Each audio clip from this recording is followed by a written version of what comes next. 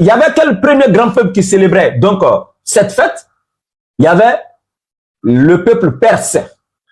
Les Perses adoraient le dieu soleil qui est appelé Mitra. Donc, ce dieu Mitra était le dieu soleil pour les Perses. C'était leur divinité principale, la divinité de la vie, de la réussite, de la gloire. Donc, c'est cette divinité-là qu'ils adoraient, donc, à la personne de Mitra, le 25 décembre. Et ça n'a rien à voir avec la naissance de Jésus-Christ. Et les Romains ont copié cette même fête. Donc, c'était le deuxième grand peuple à avoir adopté cette fête. Et je vais vous donner l'histoire de cette fête et le pourquoi. Le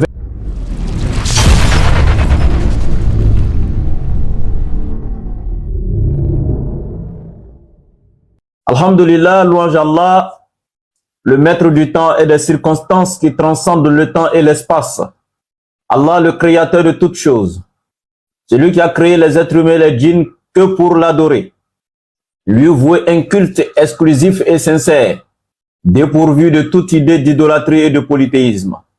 Après l'avoir exalté, magnifié, nous l'implorons afin qu'il déverse sa miséricorde infinie sur la meilleure des créatures, le prophète Muhammad alayhi salatu wassalam, ainsi que tous les membres de sa famille. Alhamdulillah, chers frères et sœurs en islam, je vous lance ici la salutation des habitants du paradis, qui est Assalamu alaikum wa rahmatullahi wa barakatuh, et bonsoir ou bonjour à tous mes frères et sœurs en Adam selon vos différentes positions géographiques. Alhamdulillah. Ce soir, comme mon frère Oustaz Diané donc a si bien introduit, nous sommes ici pour une thématique bien précise qui tourne autour donc de l'actualité de ce temps que nous vivons depuis donc le début de ce mois de décembre. Nous voyons un peu l'engouement des frères donc chrétiens ou je sais pas quoi, tous ceux, même des frères musulmans dans l'ignorance qui commencent à préparer déjà donc les festivités donc qui sont dans ce mois, commençant donc par celle qui est appelée Noël, le 25 décembre, et la Saint-Sylvestre, donc qui est le 31 décembre, et la fête donc du Nouvel An, qui est naturellement donc le 1er janvier. Mais aujourd'hui, la thématique sur laquelle on va s'attarder, ça sera tout simplement celle de Noël. Voilà, parce qu'il y a tellement à dire sur chacune de ces thématiques, sur chacune de ces, festivités, et nous ne pouvons pas toucher tous ces points-là aujourd'hui en fait. Donc je vais m'attarder que sur la fête de Noël.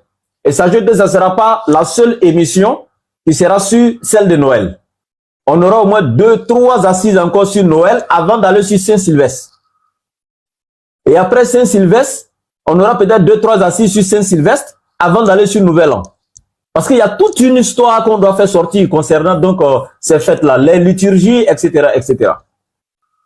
Donc, j'aimerais dire ceci à tous ceux qui sont ici connectés dans ce live, de s'asseoir, de se concentrer, de rester attentif, parce que l'enseignement qui sera donné, c'est un enseignement très bénéfique aux musulmans. Parce que celui qui n'a pas le véritable enseignement concernant donc ces festivités, il peut pratiquer son islam, mais étant dans ces histoires de Noël 31 décembre, il peut se retrouver en enfer. Parce que le péché le plus grand de tous les péchés qu'Allah nous a enseigné dans l'islam se trouve dans ces fêtes-là. Et toi, en participant à ces fêtes, indirectement, tu es en train de commettre le péché le plus grave, sans le savoir, qui n'est rien d'autre que le shirk, le fait d'associer à Allah.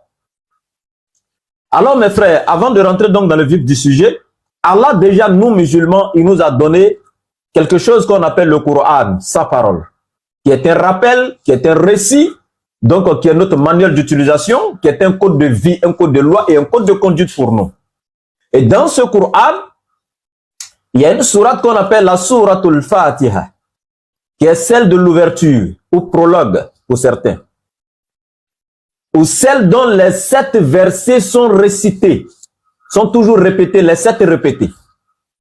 Dans cette sourate al-Fatiha, Allah il commence cette sourate par la louange à lui-même, Allah. Et à un certain niveau, Allah, dans cette sourate, il nous donne lui-même Allah. Regardez comment Allah est miséricordieux dans cette sourate Fatiha. Allah, il nous donne des doigts. C'est-à-dire, il nous donne la formule que nous devons utiliser pour l'invoquer, pour ne pas tomber dans la tentation du shaitan, pour ne pas quitter sur le chemin de la rectitude. Allah, il nous donne lui-même non seulement des doigts, il nous donne la formulation, la manière dont nous devons faire ces doigts, et Allah, il nous impose à réciter cela dans des prières obligatoires 17 fois par jour. Et imaginez-vous, on va vous donner aujourd'hui le sens de ces versets que vous récitez là, et vous allez comprendre que après avoir récité ces versets, ces doigts là dans la sourate al-Fatiha, vous n'avez plus le droit de commettre l'erreur d'aller vous retrouver dans un mouvement de shirk, etc. Allah commence en nous disant ceci: Ihdina siratal mustaqim. Ihdina siratal mustaqim. Et ça veut dire tout simplement, Allah, guide-nous sur le chemin de la rectitude, ou guide-nous sur le chemin de la droiture, et non le droit chemin. Il faudrait faire la différence entre le droit chemin et le chemin de la droiture. Donc Allah, guide-nous sur le chemin de la droiture, ou sur le chemin donc de la rectitude. Ihdina siratal mustaqim. Ça, c'est Allah lui-même qui met cette formule de doigt dans la sourate al-Fatiha et nous donne, et nous récitons cela 17 fois par jour dans les prières obligatoires. Les prières surrogatoires, là, on n'en parle pas. Parce que ce soit une prière surrogatoire, une prière obligatoire, la récitation de la sourate al-Fatiha est obligatoire dans chacune des prières, qu'elle soit surrogatoire ou à caractère obligatoire. La sourate al-Fatiha dans la prière peut se passer des autres sourates du Coran, mais aucune autre sourate du Coran dans la prière ne peut se passer de la Fatiha. Parce que nul d'entre vous n'aura une prière valide sans avoir récité la Fatiha donc dans sa sourate. Alors mes frères, quand Allah il nous dit Ihdina siratal mustaqim, Allah guide-nous sur le chemin de la rectitude. Et quel est ce chemin? Siratal lazina an'amta alayhim. Allah, guide-nous sur le chemin de ceux que tu as comblés de tes bienfaits, de ceux que tu as comblés de miséricorde et de bienfaits, de grâce. Guide-nous sur les chemins. Qui sont ces personnes-là? On va faire un peu de tafsir le Coran bil Coran. Pour connaître ces personnes, on vient dans le verset 69 de la sourate 4, où Allah il dit wa man yuti'illaha war rasula. Quiconque obéit et suit Allah et son messager, Fa'ulaika ma'allazina an'ama Allahu alayhim. Ces personnes-là, c'est-à-dire ceux qui obéissent à Allah et à son messager, qui suivent Allah et son messager, Allah dit ceux-là, Fa'ulaika, cette personne ou ces personnes-là, ma'allazina an'ama Allahu alayhim. Ils seront avec les personnes qu'Allah a comblées de bienfaits.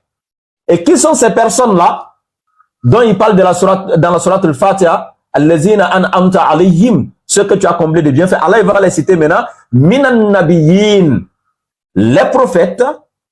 Et continue. Wa siddiqin, les véridiques. Wa shuhada, les martyrs. Wa solihin, et les vertueux. Allah il dit wa hasuna ulaika rafiqa. Il dit, et quels bons compagnons sont ceux-là. Subhanallah. Tu ne verras pas de compagnons sur la terre. Tu ne verras pas de personnes exemplaires sur la terre que ceux-là. Si on doit imiter des gens, c'est ceux-là. Si on doit suivre des gens, c'est ceux-là. Si on doit, ça dit que faire notre introspection en méditant sur le comportement de certaines personnes, c'est ceux-là. Si on doit se mirer en des personnes comme des miroirs pour nous, c'est ceux-là. Les prophètes, les nabiyyin, wa siddiqin, les véridiques, wa shuhada, les martyrs, et Allah continue, wa solihin, les vertus. Donc, mes frères et sœurs, Allah, nous implorons Allah chaque jour, 17 fois par jour, pour que Allah il nous guide sur le chemin de la rectitude, sur le chemin de ceux qu'il a comblés de bienfaits. Et il cite ici les prophètes, les véridiques. Il continue, les qui sont les martyrs et les vertueux.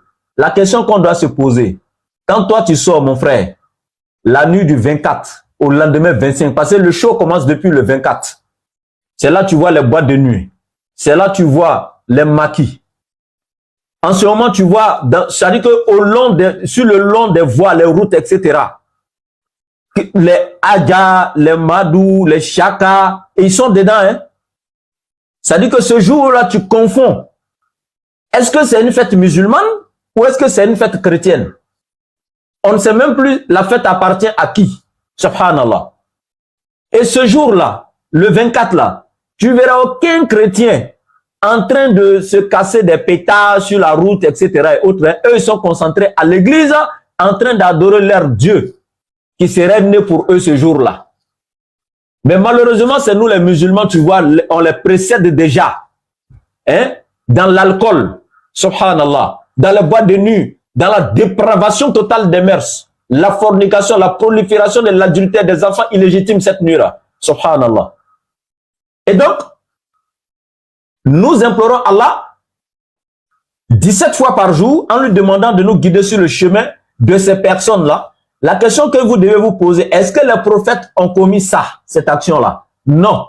Alors que toi, tu implores Allah en disant, Siratal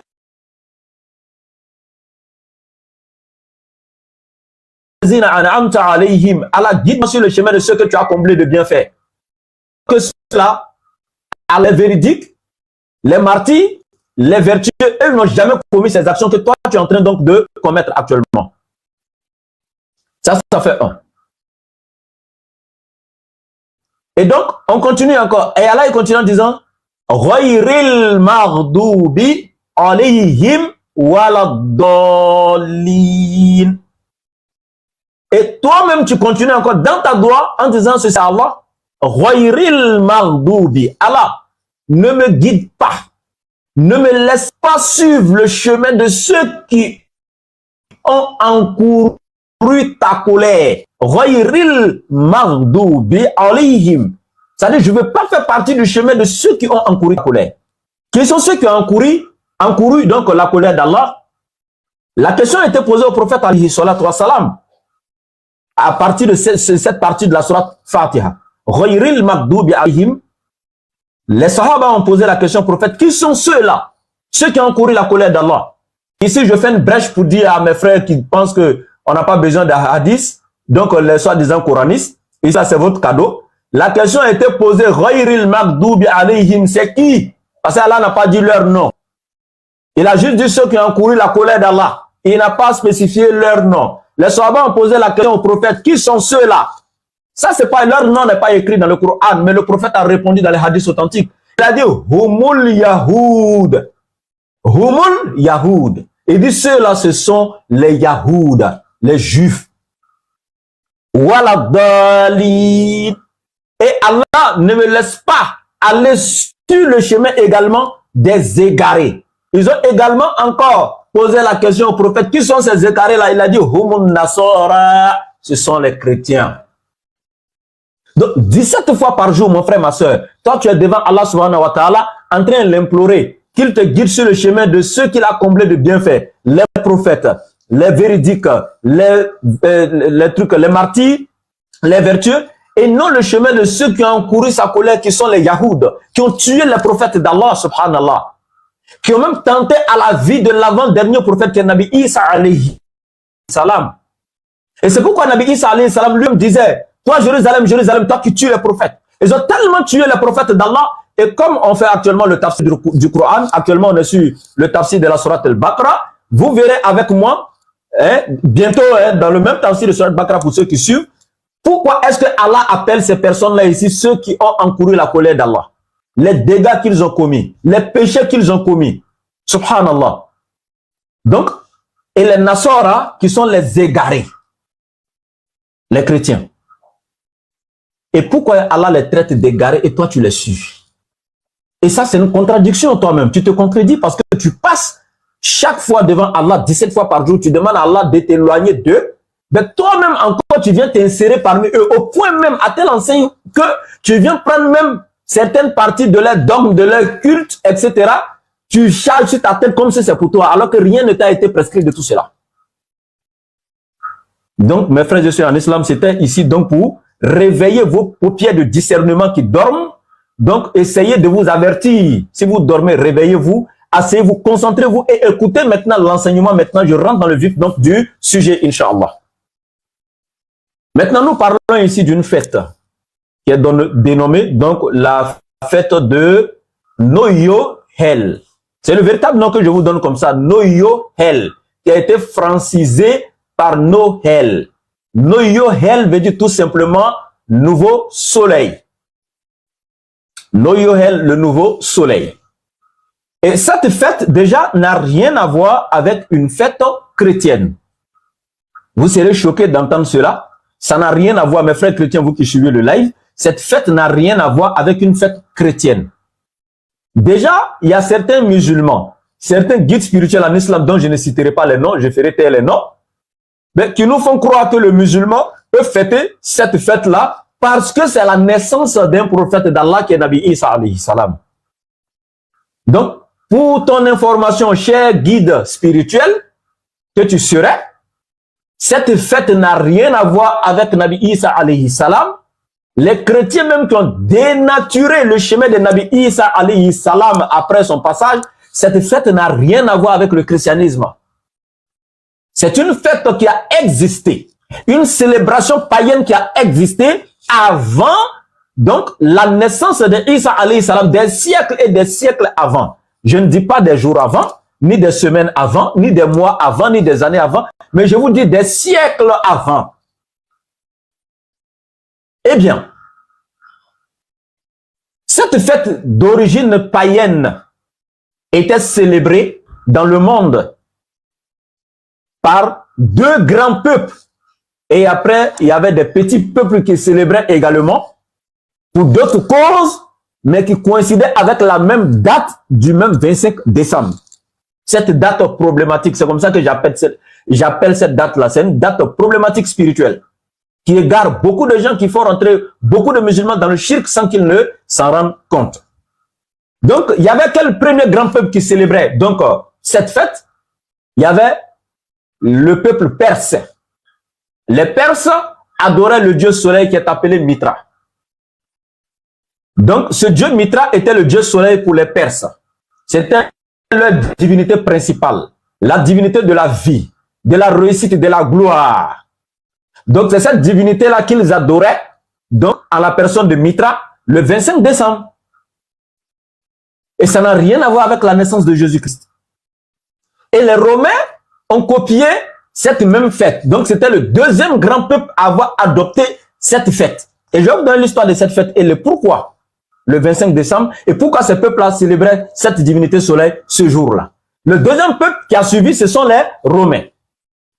Et cette date du 25 décembre était appelée Dies Natalis Solis Invictus. Hein? En langue romaine. Donc, j'ai dit Dies Natalis Solis Invictus, qui veut dire, Dies veut dire le jour, Natalis de la naissance, Solis du soleil Invictus, invaincu. Donc, le jour de naissance du soleil invaincu. Dies Natalis Solis Invictus. Ou, de façon abrégée, Solis Invictus, le soleil invaincu. Maintenant, vous devez savoir que la fête même de nature était appelée par les peuples persans, idolâtres, etc. Et ils appelaient ça les Saturnales. Ainsi que les Romains. Ils avaient nommé ça les Saturnales. Donc, les Romains avaient nommé Saturnal.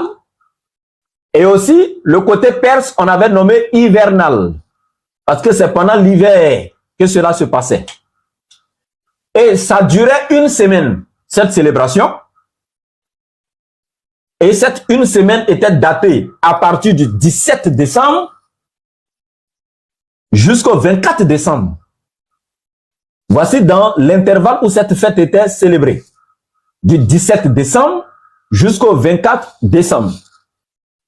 Et pourquoi? Pour ceux qui ont fait la géographie, donc vous êtes allé à l'école, alhamdoulilah, vous pouvez suivre. Vous avez vu le globe terrestre et vous avez au-dessus, au pôle nord, le cercle polaire arctique Après le cercle polaire arctique au nord, vous avez juste en bas le tropique du Cancer. Après ça, vous avez l'équateur, la ligne 0. Donc, vous avez l'équateur. Après l'équateur, vous avez le tropique du Capricorne. Et vous avez donc enfin le cercle polaire antarctique, donc qui est au sud en bas. Maintenant, il arrive à un moment, dans le mouvement que la Terre fait autour du Soleil, il arrive à un moment que le Soleil s'incline plus vers le pôle Nord, et il y a un deuxième moment de l'année où le Soleil se penche vers le côté sud. Donc, on a ces deux périodes-là. Quand le Soleil se penche vers le côté nord, ça c'est le solstice d'hiver. Et quand le Soleil se penche vers le côté sud, ça c'est le solstice d'été. Et on a deux solstices. Le solstice d'été, c'est le début du printemps où le temps est beau, on peut cultiver, la végétation est bonne, il pleut normalement, les agriculteurs vont donc cultiver, etc. Et cela généralement commence vers le 21 juin. Il y a des années où il y a un léger décalage de la date, mais généralement, ça tombe généralement vers le 21 juin. Ça, c'est le solstice d'été. Et lors du solstice d'été, en ce moment de l'année-là, ce sont les jours qui sont plus longs que la nuit.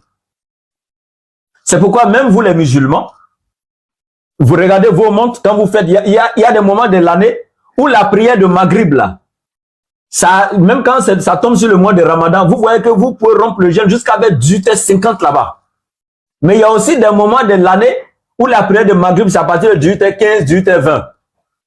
Donc, il y a des moments de l'année où la journée est longue et la nuit est courte. Ça, c'est au solstice d'été.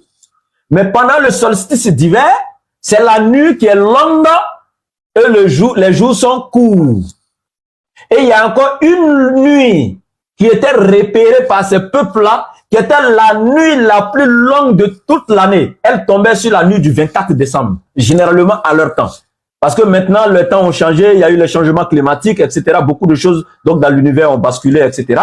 Ça, c'est naturel. Mais en ce moment, pour eux, ils considéraient la nuit la plus longue de l'année, la nuit du 24.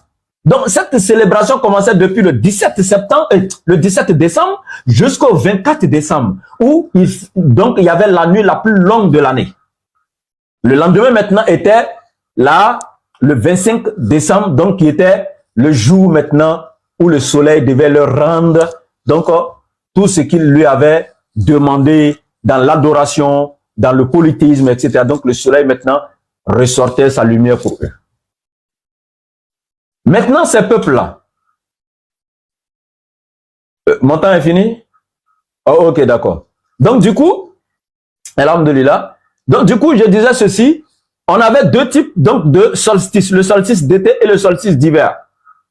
Donc, c'est pourquoi vous allez voir, comme je l'ai dit, il y a des moments de l'année où le soleil, il s'incline un peu vers le sud, il y a des moments où il s'incline un peu vers le nord.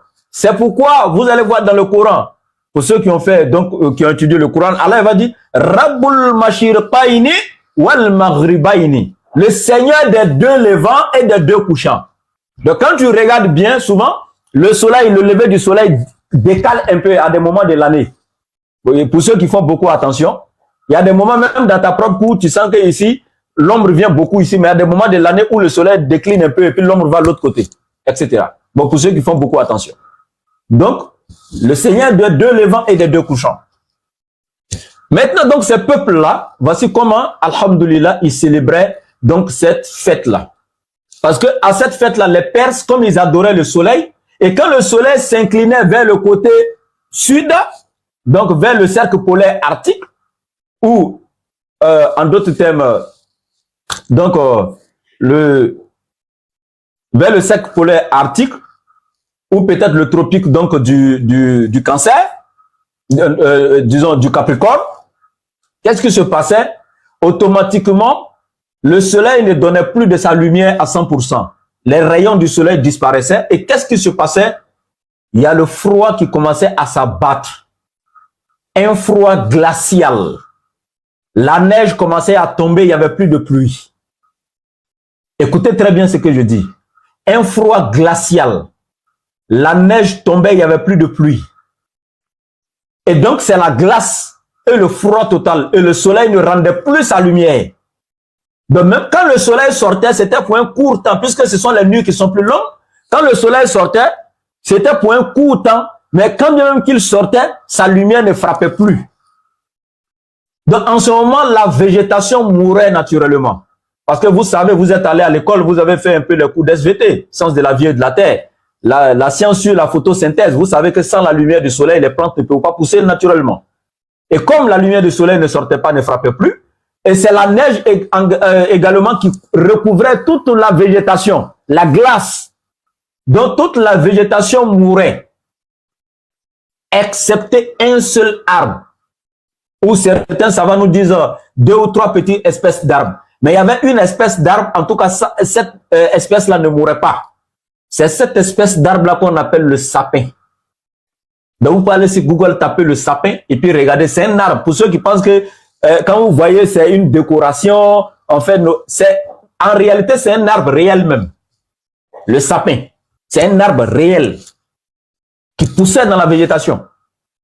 Et donc, ces personnes-là, quand cette période de l'année arrivait, à partir vers le 16-17 décembre, le soleil carrément se cachait avec sa lumière carrément. Les nuages recouvraient tout, le froid intense, la neige qui tombait, la végétation qui mourait. Donc, ils avaient peur pour eux parce que le monde n'avait pas évolué. Eux pensaient que le soleil était réellement Dieu.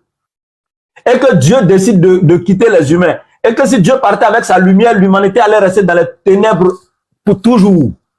Et puis sans la lumière du soleil, eux ne peuvent plus cultiver, ils vont mourir, la végétation est morte, les animaux ne peuvent plus brouter de l'herbe, etc. et tout.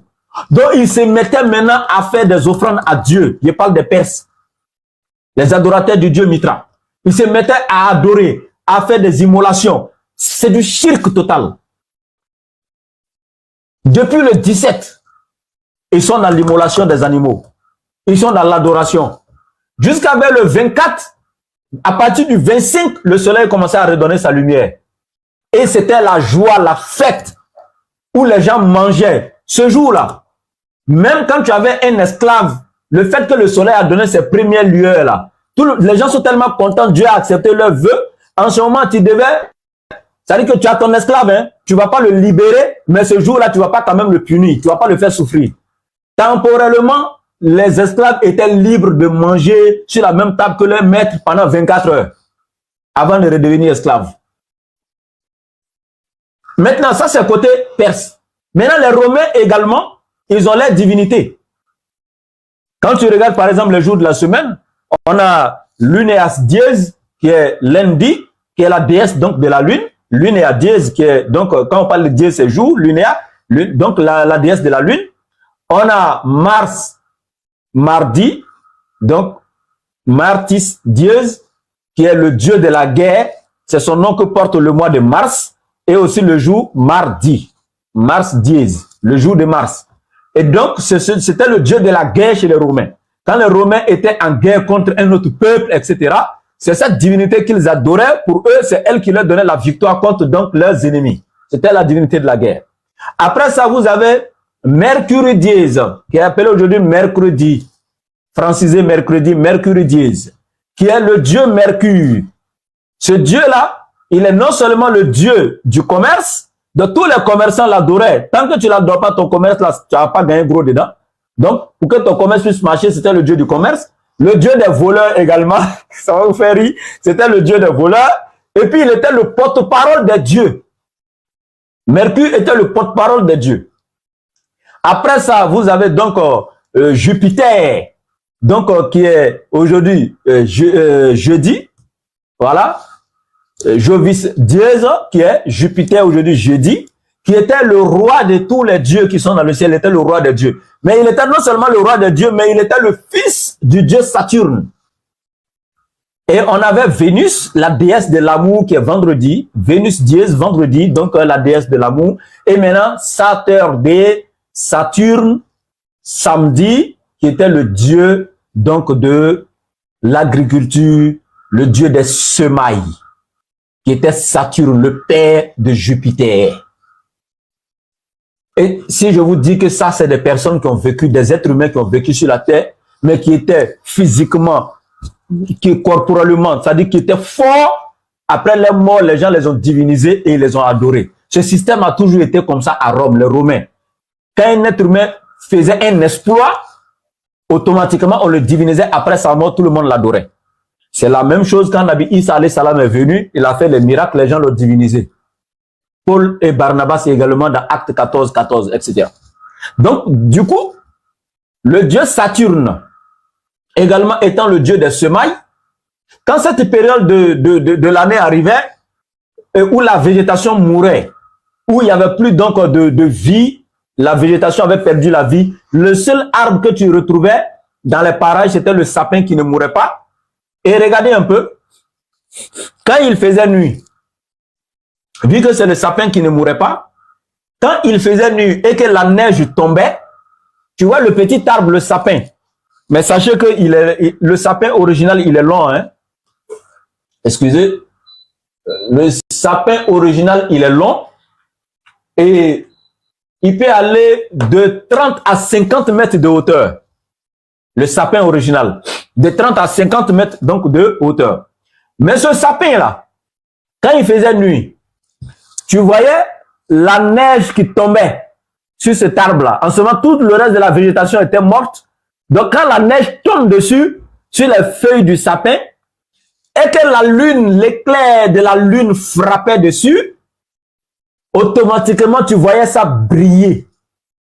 Est-ce que vous imaginez un peu la scène? Imaginez le petit arbre sapin, les petits morceaux de glace qui tombent et puis qui se collent sur les feuilles, et puis la lumière de la lune frappe dessus dans le noir, et puis tu regardes ça de loin, tu vois ça briller, les petits morceaux de glace avec la lumière de la lune qui frappe dessus, ça brillait. Donc, aujourd'hui, vous voyez le sapin qui est représenté artificiellement par les gens. Et puis, ils prennent un petit morceau d'arbre en plastique, ils mettent les jeux de lumière dessus, et puis ça s'allume, allume comme ça là. C'est ce qu'ils sont en train d'imiter, l'original. Ça, c'était la nature pure. Hein, la neige tombait dessus, la lumière de la lune frappait, ça brillait, ça donnait vraiment... C'était bien beau, bien joli en fait. Et donc, c'est ce qui est représenté aujourd'hui par les faux sapins artificiels en plastique qui sont faits, et puis vous mettez des jeux de lumière dedans, vous mettez devant les grands espaces, et puis ça brille, etc. Donc, en fait, c'est du copier-coller pur. Ça n'a rien à voir avec le christianisme. Et les gens dans leur maison, durant toute cette période-là, ils allumaient des bougies. Les bougies ici représentaient pour eux la lumière du soleil qui avait disparu dans le ciel. Comme le temps était sombre, glacial et autres, eux dans leur maison, maintenant ils allumaient des bougies et puis se prosternaient devant ces bougies-là pour implorer le Dieu soleil. Et la lumière des bougies représentait le soleil pour eux. C'est pourquoi aujourd'hui encore, ces lumières qui étaient autour d'eux là, toute la maison était lumière, ils mettaient les bougies partout dans la maison pour représenter la lumière du soleil et tout. Et c'est ce qui est représenté dans les grands espaces. Quand vous voyez, quand Noël arrive, vous voyez les jeux de lumière partout dans la ville. Hein? On fait décoration de la ville vers la fin de l'année, etc. Donc, c'est ces jeux de lumière, etc. Tout ça, voici un peu d'où ça vient. Et donc, il y avait la divinité que les Romains maintenant devaient adorer. Parce que à cette période de l'année, maintenant que toute la végétation était morte, qu'est-ce qu'il fallait faire?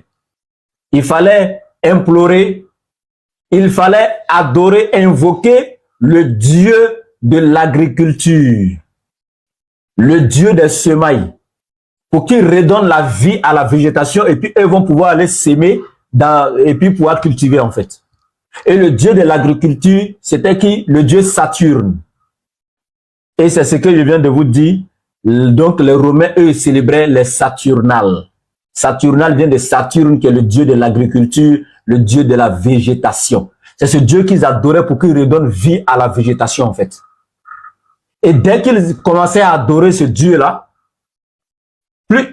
c'est-à-dire que quand ils commençaient à célébrer son adoration, les Saturnales, quand les Saturnales commençaient, au plus tard, une semaine, à partir du 24-25 décembre, le soleil redonnait sa lumière et puis la lumière du soleil faisait fondre la glace.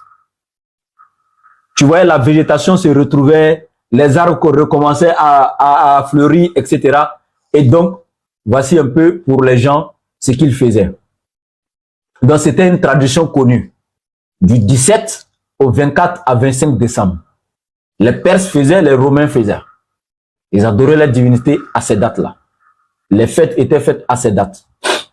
Comment cette histoire de christianisme est arrivée dedans? Est-ce qu'on va vous dire maintenant? Maintenant que vous savez que c'est un truc d'origine païenne, puis avant Jésus-Christ, comment affaire des chrétiens est rentré dedans? C'est ce qu'on va vous donner maintenant. Maintenant, alhamdoulilah, c'est au temps du pape Libérus, à l'an 354. C'est le pape Libérus, à l'an 354 de notre ère, qui est le premier pape qui a légiféré le 25 décembre comme date de naissance officielle de Jésus-Christ. Le pape Libérus, à l'an 354 de notre ère, le premier pape qui a légiféré la fête de Noël dans le christianisme comme la date de naissance de Jésus. Alors que ça n'a rien à voir avec la date de naissance de Jésus. Ce qui est grave. Calculons ensemble la date de naissance de Jésus. Et je vous donne ça dans le calendrier juif. Dans le calendrier juif, on a le premier mois qui est le mois de Nissan. On a le mois de Iyar, le mois de Sivan, le mois de Tammuz, le mois de Av, le mois de Elul, le mois de Tishrei, le mois de Sheshran, le mois de Kislev, le mois de Tevet, le mois de Shevat, le mois de Adar. Voici les 12 mois juifs. Maintenant, Luc chapitre, ordinateur, dans la Bible, la date de naissance de Jésus, l'ange est venu à Marie quand? Luc 1, 26. Quel est le mois de l'année? Au 6e mois, l'ange Gabriel fut envoyé par Dieu. 6e mois. Très bien, ordinateur, merci beaucoup. C'est ça ton importance. Donc, au 6e mois de l'année, l'ange de la mort est venu rendre visite à qui? À Marie. D'accord, donc, on considère que c'est au 6e mois de l'année que l'ange est venu la rendre visite et puis elle est tombée enceinte. Donc, la grossesse a commencé le 6e mois de l'année. Comme il a donné le nom des 12 mois, on va voir maintenant dans ces mois lequel est le 12e mois de l'année. On va commencer par le premier. Nissan, Iyar, Sivan, Tammuz, Av, Elul. Donc, c'est le mois de Elul qui est le 6e mois de l'année. Donc, c'est dans le mois de Elul que l'ange Gabriel a rendu visite à Marie, qui est le 6e mois de l'année. Donc, le premier mois de la grossesse. On est d'accord? Le premier mois de la grossesse. Maintenant, on va compter. Elul étant le premier mois de la grossesse, le deuxième doit être Tishrei, le troisième mois doit être Sheshran, le quatrième Kislev, le cinquième Tevet, le sixième Shevat, le septième Adar, le huitième Nissan, le neuvième mois Iyar. Donc, si la grossesse a commencé au 6e mois, c'est le calendrier juif. Je suis obligé d'aller dans le calendrier juif pour ne pas qu'on me dise qu'il a modifié quelque chose. C'est la Bible qui dit que c'était au 6e mois. Et le 6e mois de l'année dans le calendrier juif, vous pouvez avoir ce calendrier sur Google partout. Dans le calendrier juif, c'est le mois de Elul. Donc, c'était le premier mois de la grossesse de Marie. Et le 9e mois maintenant était le mois de Iyar. Et ce mois de Iyar correspond à quel mois du calendrier grégorien maintenant? Le 9e mois là, ça correspond au mois de mai. Donc Jésus est né dans le mois de mai. C'est clair. La grossesse a commencé dans le mois de août, fin août, début septembre, et le 9e mois c'était dans le mois de mai. Le mois de Iyar qui correspond au mois de mai dans le calendrier grégorien. On vous a caché ces choses. Même le pasteur qui te prêche à l'église, peut-être il ne connaît même pas ces mois-là. Lui, il entend le 6e mois de l'année, lui, il calcule ça avec les mois du calendrier que nous, on a ici. Ça n'a rien à voir. Pourquoi les gens font ça? Donc, vous allez me dire que, donc, si le mois de Elul correspond au mois de août, mais si c'est le mois de août qui est le premier mois de la grossesse de Marie, et puis elle a accouché à décembre, alors calculons. Août, septembre, octobre, novembre, décembre. Donc, l'enfant est né à 5 mois, quoi. Donc, votre Dieu était prématuré. Non. C'est pas un enfant prématuré qu'elle a mis 5 mois. Non. C'est 9 mois de grossesse, naturellement, dans toute l'histoire. Et donc, c'était dans le mois de mai. Et puis ça, c'est bien, dans le mois de mai. Regardez encore le caractère de cette vérité, c'est-à-dire qui ne peut être contredit. Parce que c'est dans ce même mois de mai, je vous ai dit que le début du printemps, c'est vers juin, le début donc de solstice d'été, mai, juin. Et nous savons ici, même chez nous, en Afrique ici, moi je suis en Côte d'Ivoire, à partir du mois de mai, les gens commencent à aller au champ. Les premières pluies tombent, les gens commencent à cultiver à partir du mois de mai, les gens commencent à faire les semailles, les herbes commencent à pousser, la végétation est bien verdoyante, etc. C'est en ce moment que les moutons peuvent sortir pour aller manger, brouter de l'herbe. Puisque le même livre de Luc te dit que quand Marie accouchait de Jésus, il y avait des bergers avec les moutons qui étaient pas loin. Donc c'est dans le mois de mai, effectivement, parce que c'est en ce moment que les premières pluies tombent. Donc les bergers sortent avec les moutons pour aller brouter l'herbe des premières pluies dans le mois de mai.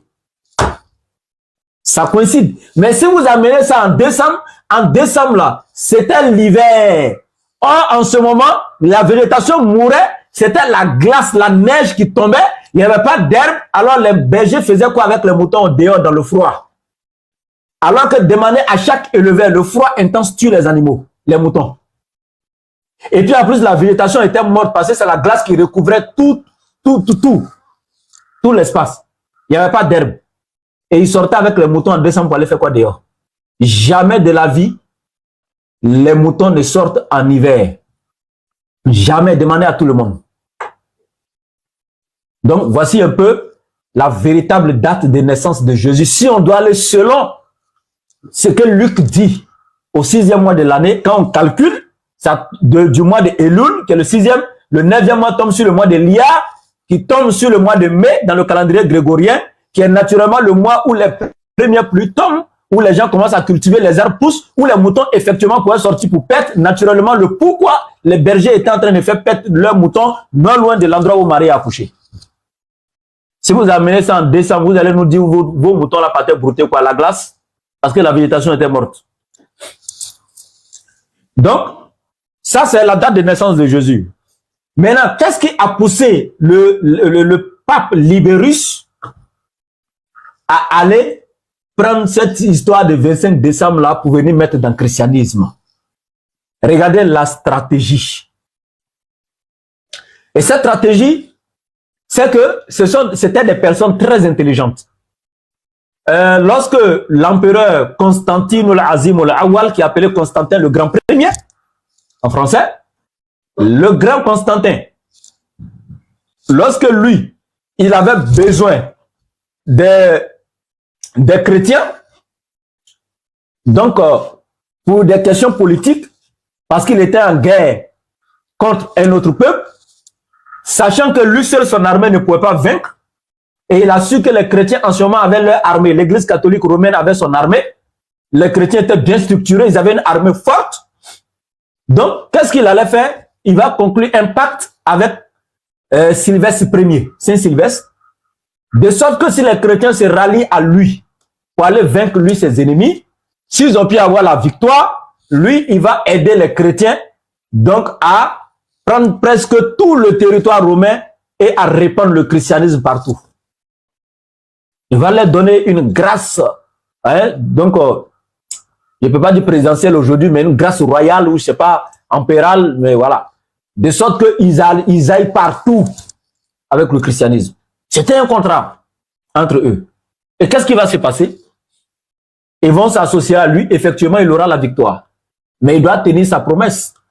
Et qu'est-ce qu'il va faire?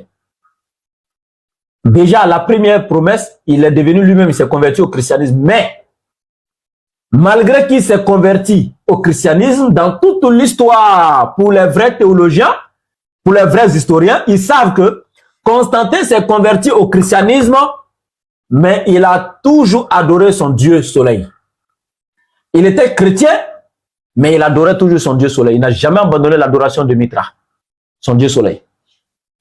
Et qu'est-ce qu'il a fait? Sachant qu'il avait donné sa parole à Sylvestre Ier, les chrétiens, de les aider, mais il sait aussi que les Romains vont pas être d'accord avec lui si lui il a dit de laisser les divinités qu'ils adorent pour suivre Jésus-Christ. Alors qu'il sait que le pouvoir est pour le peuple, du peuple et par le peuple. Lui-même, Constantin, c'est le peuple romain qui a fait de lui ce qu'il est. Donc, qu'est-ce qu'il va faire? Regardez sa stratégie. Il va imposer le jour de l'adoration du Dieu soleil du peuple romain. Il va imposer ce jour-là aux chrétiens pour que les chrétiens fassent une adoration commune. Ils vont adorer, le jour d'adoration des chrétiens sera dimanche, le même jour que le jour d'adoration du Dieu soleil des Romains. Là, comme ça, étant une action commune, quand les chrétiens vont se fondre parmi les Romains, ils pourront maintenant, à travers maintenant leur idéologie, c'est-à-dire que prendre peu à peu les Romains pour introduire dans leur religion, de sorte que leur religion puisse maintenant dominer la religion romaine. Regardez la stratégie, comment elle est forte. Parce qu'il ne pouvait pas venir un matin dire à son peuple, j'avais promis aux chrétiens de m'aider s'il y avait la victoire, on allait adorer leur Dieu. Donc arrêtez d'adorer Mitra et vos divinités et puis venons adorer Jésus. Il sait que le peuple romain allait se révolter contre lui. Pour ne pas que son peuple lui-même se révolte contre lui, Constantin, et pour aussi tenir sa promesse face aux chrétiens, il décide maintenant d'associer les deux religions ensemble. Et il commence par quoi? Le jour de l'adoration. Il prend le dimanche qui est le jour d'adoration de son Dieu soleil et il donne ça aux chrétiens pour que ce soit le jour de l'adoration de Jésus. Et cette stratégie qui a été faite et qui a marché, c'est cette même stratégie également que maintenant le pape Libérus à son temps a initié. Comme les Romains, les Perses, tous ces peuples-là adoraient le 25 décembre. Leur Dieu soleil pour eux qui est né un 25 décembre. Donc, lui aussi pour trouver l'anniversaire donc de la naissance de Jésus et pour avoir la force, il décide d'associer les chrétiens donc à cette fête, à cette même date, de sorte que s'ils se fondent, quand ils vont se fondre dans les pratiques donc de ces peuples-là, parmi ces peuples-là, ils pourront maintenant se répandre et puis dominer avec leur idéologie, leur stratégie. Donc, sur ces peuples-là, faire disparaître l'idéologie des autres peuples et puis étendre pour eux. Voici tout simplement la stratégie. Et, comme je dis, c'est à l'an 354. C'est-à-dire que Jésus est né à l'an 1. Vous n'avez pas trouvé sa date de naissance. L'an 2, l'an 100, l'an 200, l'an 300. C'est à l'an 354 qu'un individu se lève un matin pour dire la date de naissance de Jésus, c'est le 25 décembre. C'est gravissime. Et on vient de vous démontrer de suite là, à travers le calendrier. Le 25 décembre ne peut jamais considérer la naissance de Jésus. Et encore, vous qui dites que à la naissance de Jésus, on a commencé à compter les années et que le calendrier grégorien est conçu de sorte à commencer à compter les années à partir de la naissance de Jésus. Si tel est le cas, ce même calendrier grégorien ne peut pas fixer la date de naissance de Jésus au 25 décembre et nous dit que le premier jour de l'année est le 1er janvier. C'est quelle contradiction flagrante ça? Et ce qui est encore gravissime, c'est que pour votre gouverne, c'est pas le 25 décembre seul qui est désigné, qui est dédié ou qui est désigné ou qui est connu comme la date de Noël dans le monde. Il y en a qui font Noël à partir du 18 décembre. Vous ne saviez pas ça. Il y a le 9 décembre. Oui, allez-y partout, faites des recherches sur Google et partout. Aujourd'hui, il y a des peuples, leur Noël n'est pas le 25 décembre. Et pour eux, le 25 décembre est une erreur, mais ils sont minoritaires. Alors, la question qu'on se pose de toutes ces dates, alors quelle est la date de naissance de Jésus? Donc, Oustaz, je vais m'arrêter là. Je voulais tout simplement introduire aujourd'hui, donner un peu l'historique de ces fêtes-là à travers les peuples païens qui ont célébré avant Jésus.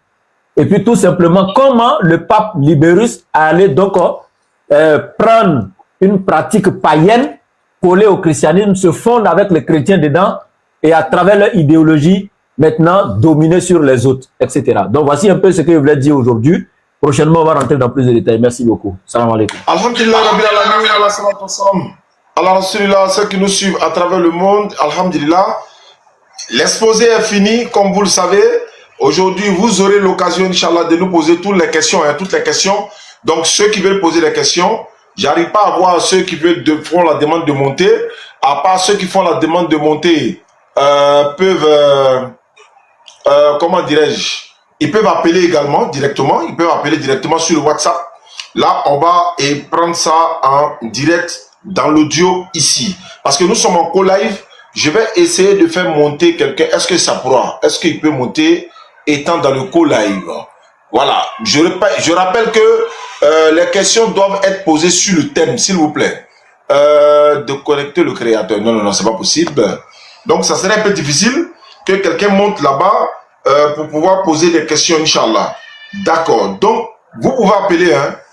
Vous pouvez appeler sur le 05 94 87 2 x 58 sur le WhatsApp pour appeler. Voilà, poser des questions. Parce qu'on est en co-live, donc je ne peux pas faire monter quelqu'un sur le live actuellement. Voilà. D'accord. Donc, l'exposé est fait. Les musulmans, voilà, qui s'acharnent souvent, voilà, demander est-ce qu'un musulman peut célébrer la Noël? Il vous a expliqué l'origine de la Noël, d'où est-ce que ça vient, qui a inventé cette fête-là, pourquoi ils l'ont collé à la naissance de Jésus, pourquoi ils ont dit c'est Jésus. Donc voilà, attends, on m'envoie un message déjà que je remplis pour passer à l'étape suivante. Ok, tapotez, mettez le cœur good life, hein, à partager également pour ne pas que on nous coupe. Donc vous tapotez, vous mettez le cœur good life et puis etc. etc.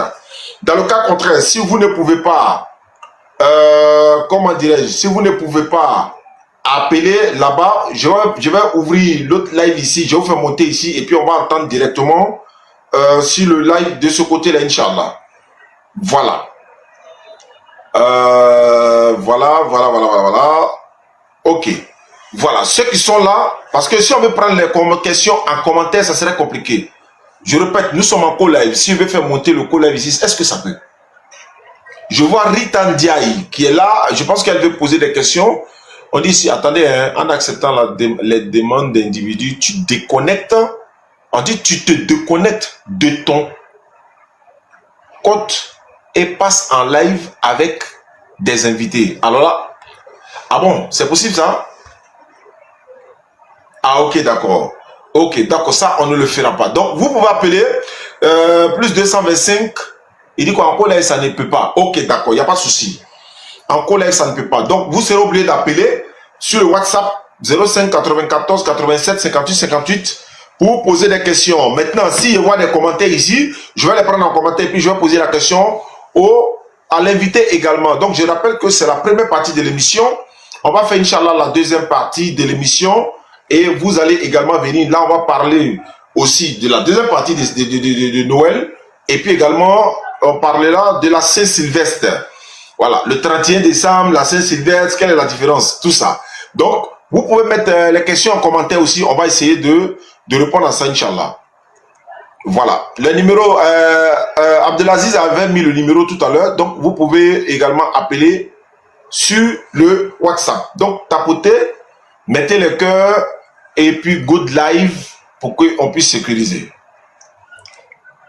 D'accord, ok. Je vois aussi les captures, le contrôle ici. Il dit quoi? Ok, il n'y a pas de souci. Oui, salam alaikum, le frère Sekou. Ok, il n'y a pas de souci. Ok, donc, le numéro c'est le 225 94 87. Bon, je reprends. Hein, 225 05 94 87 58 58. Bon, vous pouvez voir le numéro dans la description ou encore en capture d'écran. Je vais remettre ça, Inch'Allah. Voilà, vous pouvez appeler pour poser des questions. Donc, ça y est en commentaire. Je vais remettre le numéro en commentaire. Voilà, vous pouvez appeler, Inch'Allah. Et puis, on va passer. Oui, Wayan, salam alaikum. Ok, merci à vous également. Oh, vous nous suivez depuis le Mali, il n'y a pas de problème. Ceux qui célèbrent Noël, là, vous avez entendu l'origine de Noël, non? Est-ce que c'est islamique? Est-ce que c'est biblique? Est-ce que c'est coranique? Est-ce qu'un musulman peut célébrer Noël? On dit Noël, c'est la naissance de leur divinité. Quelqu'un qui célèbre l'anniversaire de son Dieu, toi, tu t'as participé à ça, c'est compliqué. Voilà. Donc, voilà un peu, vous êtes les bienvenus. Posez des questions. Ok, alhamdulillah, il n'y a pas de souci. Nous attendons vos questions, nous attendons vos questions, nous attendons vos questions. Voilà, ceux qui ont des préoccupations, ne venez pas aussi après, ça va devenir un peu compliqué. Nous sommes là, l'invité est là, lui pourra répondre aux questions, Inch'Allah. D'autres disent également, hein, ils nous ont appelé en interne pour dire, bon voilà, je vais acheter des cadeaux pour mon enfant pendant la Noël. Est-ce que c'est autorisé? Bon, moi je profite, hein, voilà, en attendant que les questions viennent. Ibrahim, est-ce que quelqu'un peut acheter des cadeaux pour son enfant? C'est juste des cadeaux, pour ne pas que l'enfant puisse pleurer, il ne faut pas, il va être frustré. Voilà, tu vois, il voit ses amis, ils ont des cadeaux, lui n'a pas de cadeaux. Voilà, c'est pas pour fêter quoi, payer cadeau pour lui pendant Noël. Qu'est-ce que tu en dis? Bismillah. Voilà, hier, posez vos questions. Ok. Bismillahirrahmanirrahim. Attends. Voilà, allons-y. Alhamdulillah, merci beaucoup pour la question. Déjà, comme je le disais tantôt, déjà, il y a une seule chose qu'il faut savoir, mes frères musulmans, c'est que Jésus-Christ, il est Dieu pour la majorité des chrétiens et il est fils de Dieu pour une autre partie des chrétiens. Donc, dans les deux cas, pour ceux qui pensent qu'il est fils de Dieu, eux, dans leur entendement, le 25 décembre étant pour eux la naissance de Jésus, ce serait ce jour-là que Dieu aurait, à travers une créature, une femme Marie, fait venir au monde, c'est-à-dire à la naissance, son fils biologique. Est-ce que vous comprenez ce que je dis? C'est ce que les chrétiens disent. Hein?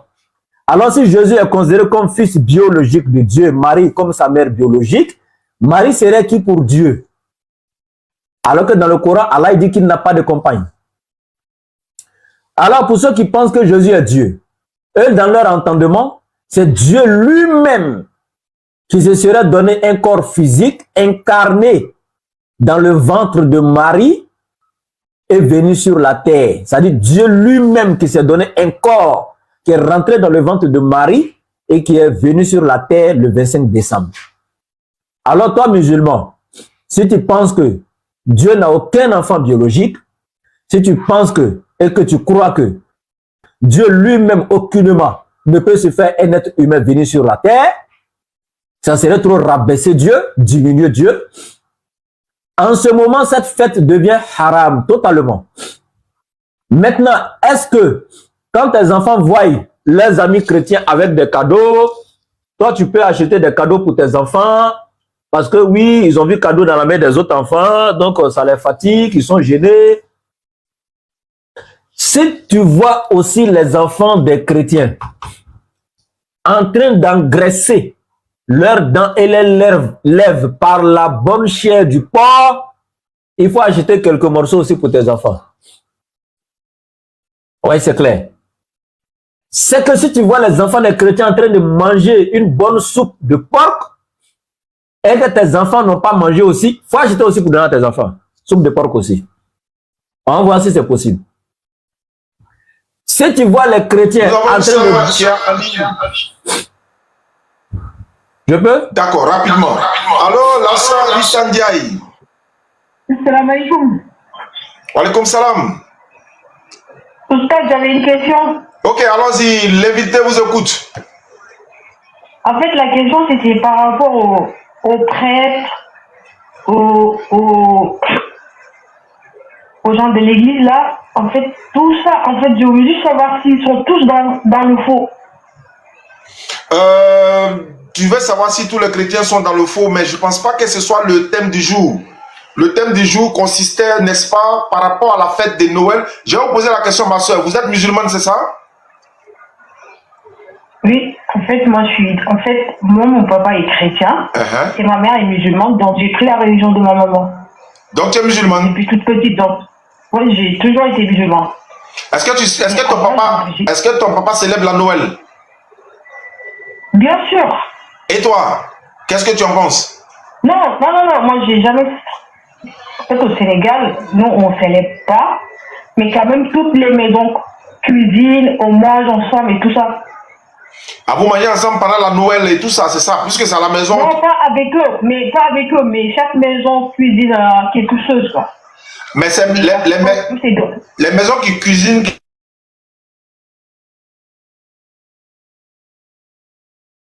Les maisons musulmanes.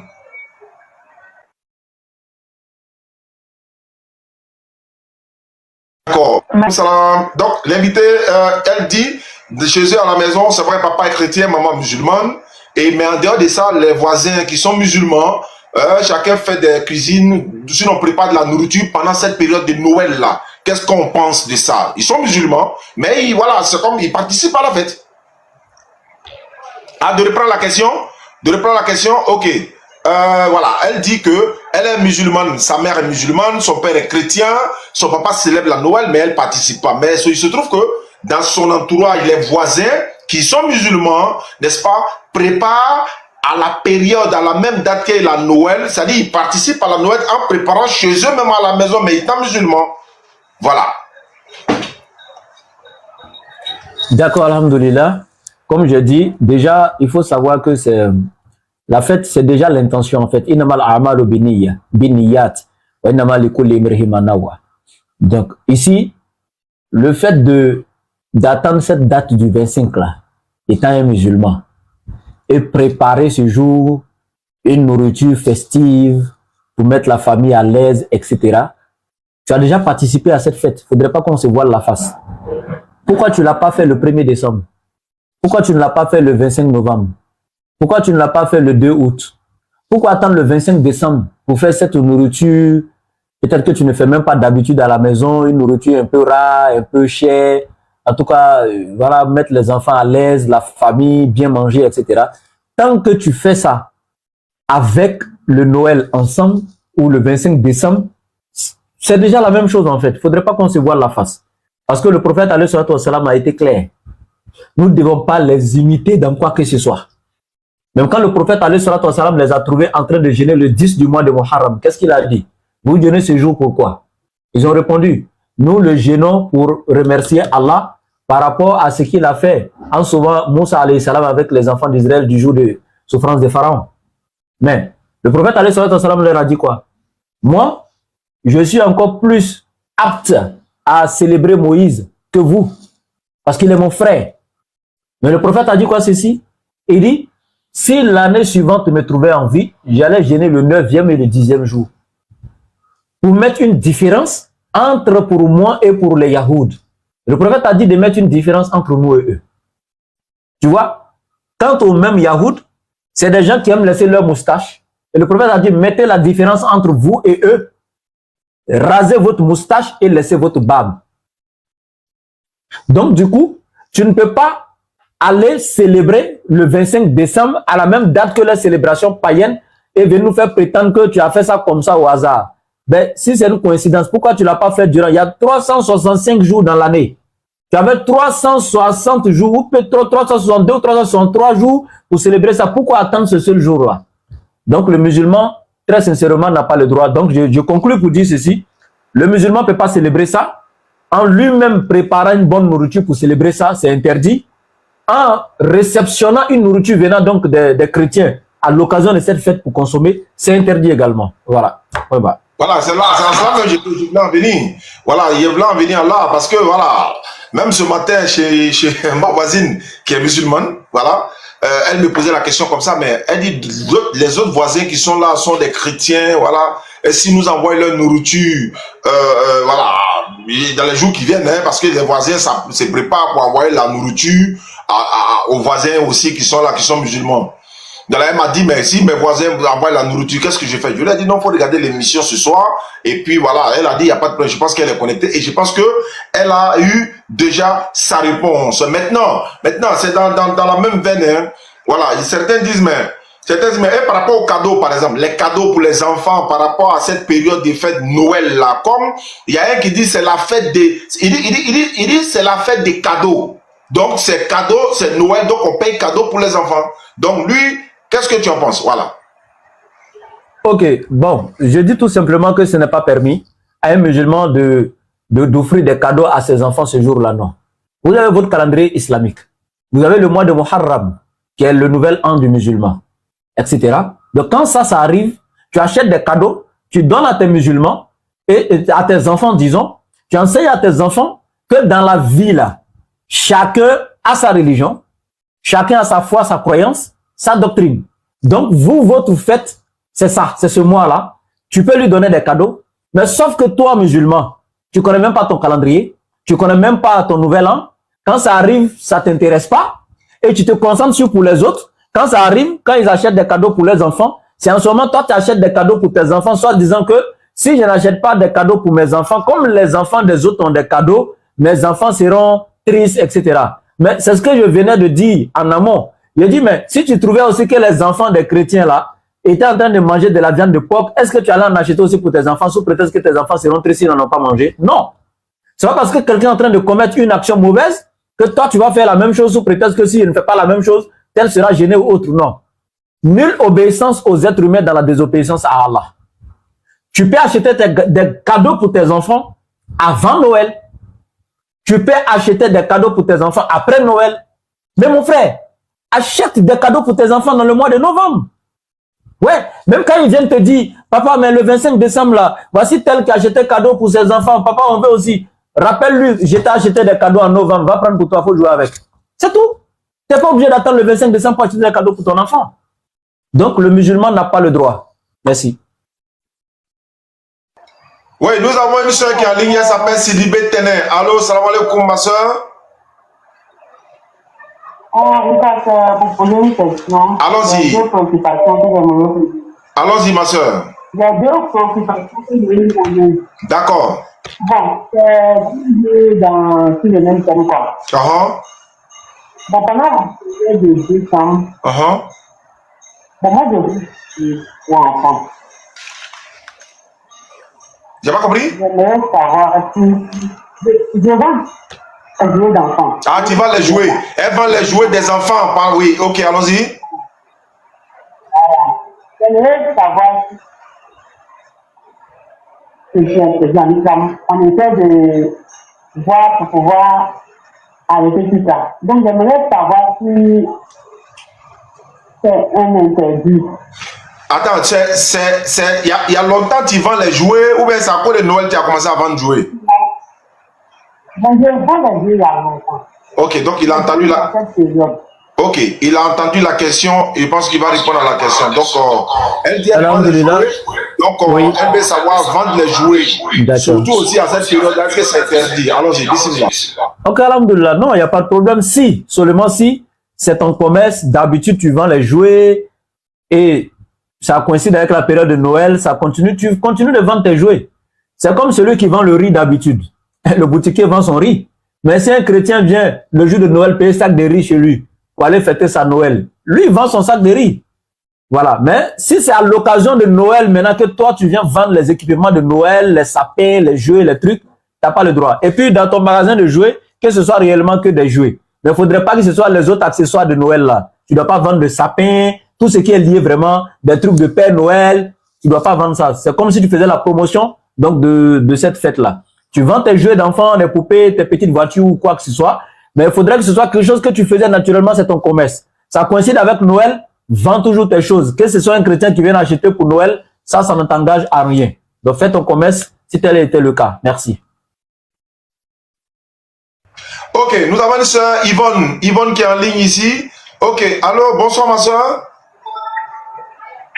Allô. Oui. Salam alaikum. Ah, wa alaikum salam wa rahmatullahi wa barakatuh, ma soeur. Vous êtes en ligne. Quelle est votre question?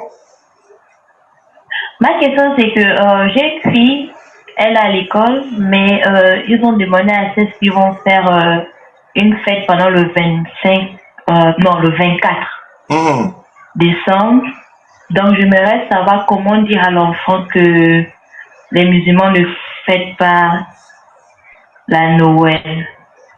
D'accord. Votre enfant est à l'école et à l'école, ils sont en train de préparer à célébrer la Noël. Donc, elle va participer dans tous les cas ou bien parce que c'est dans son école, c'est ça? Oui. D'accord. Donc, comment dire à l'enfant que c'est pas sa fête, etc.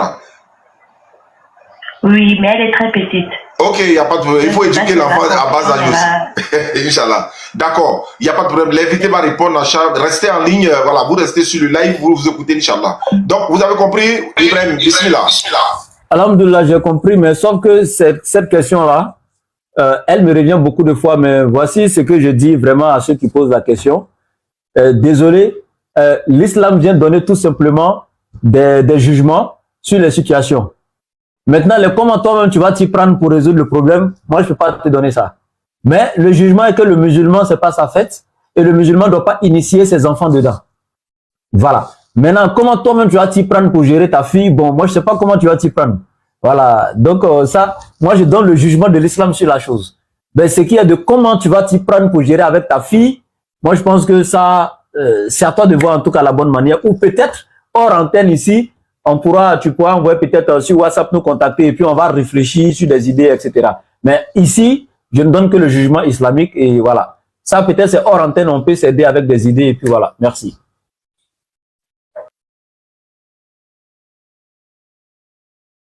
Bon, je ne sais pas si ou pas. D'accord, il y a quelqu'un qui a posé la question, mais il a envoyé en note vocale. Tout ça là, on prend. Donc, allons-y. Oh là là, bon, nous avons un appel, mais celui qui appelle, je crois que c'est Bintou Bangali. Il faut que la personne coupe l'audio à la maison. Tu ne veux pas être en train d'écouter le live et puis appeler en même temps. Ça ne pourra pas aller. Donc, je raccroche et je décroche quand même. Allô? Allô, assalamu alaikum. Voilà, c'est mieux maintenant. Tu as coupé le live, le son à la maison. Wa alaikum salam, bismillah. Ouais, vraiment, je vous remercie beaucoup. D'accord. Mais vraiment, je vous suis beaucoup de fois. Moi, je suis en Hollande. D'accord. Mais je voulais revenir à la question d'Ibrahim Baboué et ce qu'il avait dit là, c'est vrai.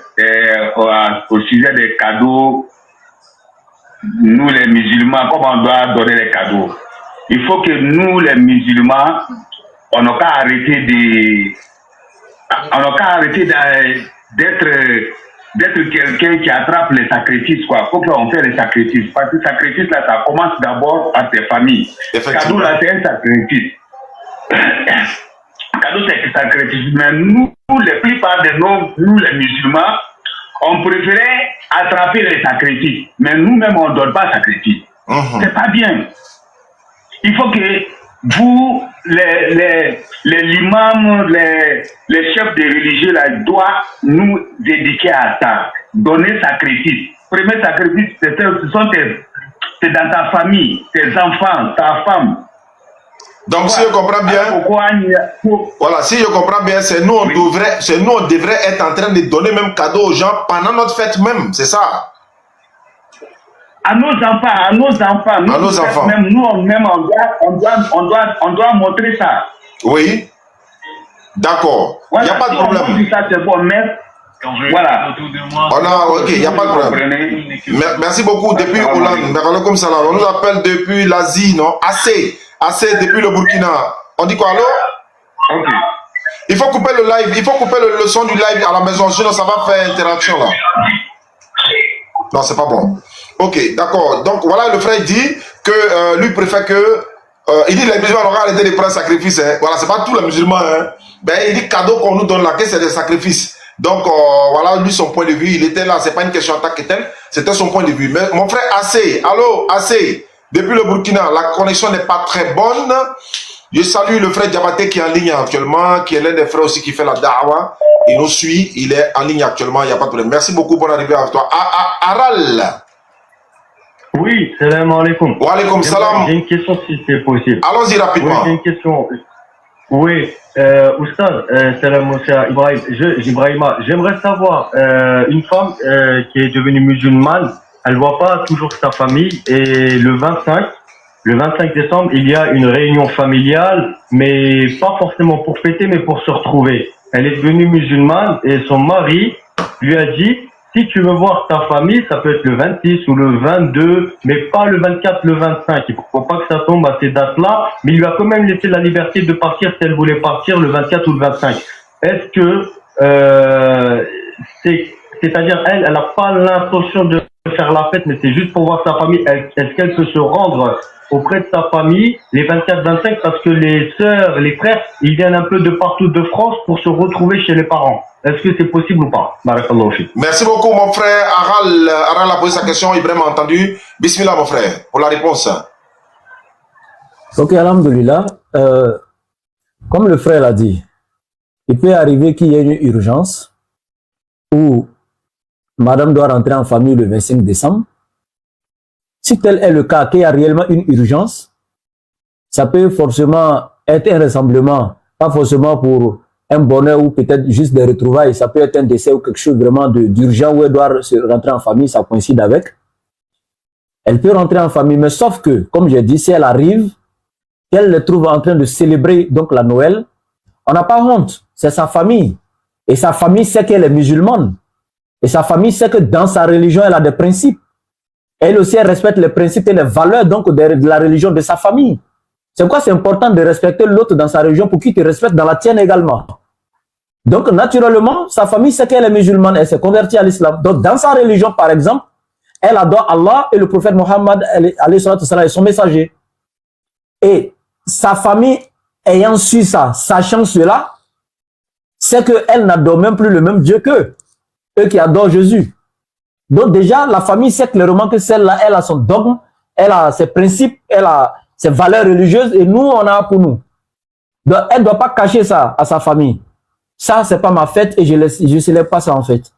Maintenant, si c'est difficile pour elle d'être aussi franche ou claire, elle peut gêner ce jour-là tout simplement. Tu gênes naturellement. Voilà. Tu trouves des arguments pour gêner. Maintenant, moi, ce que je peux dire tout simplement, le fait de lui dire, tu peux aller le 21 ou le 22, je te donne l'autorisation, ou bien d'aller peut-être le 26 ou le 27, c'est le droit de l'homme aussi. Hein. Et la femme doit t'obéir dans ça, parce que tu n'as pas refusé qu'elle parte. Parce qu'après le mariage, tu as plus de droits sur elle-même que sa propre famille. Après le mariage, tu as plus de droits sur elle que ta propre famille, bibliquement, coraniquement. Donc, tu ne refuses pas qu'elle parte, certes, mais tu lui dis, tu iras telle date, c'est-à-dire le 21 ou le 22, ou peut-être le 26 ou le 27. C'est ton droit. Juste après la Noël, elle peut partir. Juste avant la Noël, etc. Tu peux le dire, tu vas le 21, tu reviens le 23 ou je sais pas.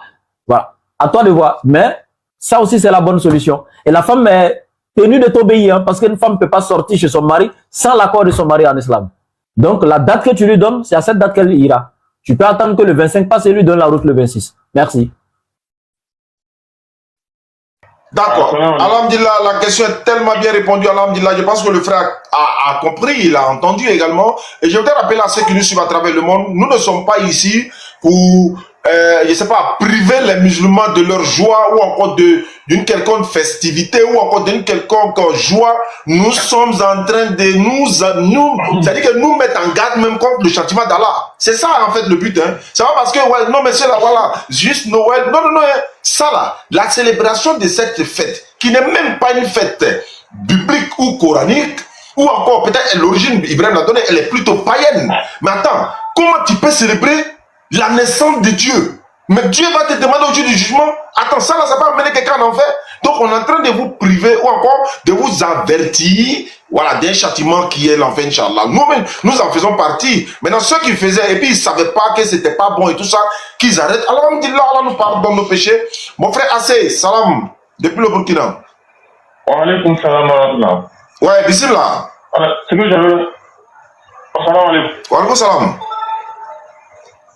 Ce que j'aimerais savoir, un frère te donne la nourriture le jour de la fête de Noël, par exemple. Voilà, est-ce que c'est possible de consommer ça? D'accord. Ça, c'est une question qui revient très souvent et c'est une question, ta question là, c'est une question de près de 1 million de musulmans ou bien encore de non-musulmans ou encore des, voilà, de nos voisins, etc., etc. Merci beaucoup. Il demande, ça c'est une question, en fait c'est une question globale. Et puis ça va répondre à beaucoup de personnes qui se posent la question. Est-ce que pendant la fête de Noël, précisément pendant la fête de Noël, un non-musulman, ton voisin, ton ami, etc., t'apporte de la nourriture, ou encore des présents, ou encore t'invite dans une, ou bien chez eux à la maison, ils sont en train de, voilà, on se retrouve en famille là, toi tu es son ami, tu es son voisin, tu l'invites chez toi, est-ce que il a le droit de non seulement aller à cette invitation 25, et de manger la nourriture que tu lui offres le 25, donc voilà la question, quand un non-musulman ou un chrétien te donne la nourriture pendant la Noël, est-ce que tu dois manger? Voilà, donc voilà un peu. Ok, je vais répondre à cette question-là avec un peu plus de détails parce que c'est une question qui revient toujours et c'est la question phare même de tous les musulmans. Ce que je peux dire, il y a même un frère qui a dit dans les commentaires que j'ai vu, il dit, Oustaz, pour la nourriture, je ne suis pas d'accord avec vous parce que la sourate 5 autorise de manger leur nourriture. D'accord. En réalité, la sourate 5 dit de manger la nourriture des gens du livre et non des chrétiens. Je pèse mes mots quand je parle. Quand Allah il parle de ceux à qui lui-même il a donné son livre là, il les appelle Ahlul Kitab, Yahoud ou An-Nasor. Allah il les appelle Ahlul Kitab. Ou quand il parle de ceux à qui il a donné l'évangile, il dit Ahlul Injil, les gens de l'évangile. Dans la même sourate 5, il faut descendre vers le verset 44, 45, 46, 47 jusqu'à 48. Falyahkum ahlul injil bima anzal Allah. Alors que les gens de l'évangile jugent d'après ce qu'Allah a fait descendre.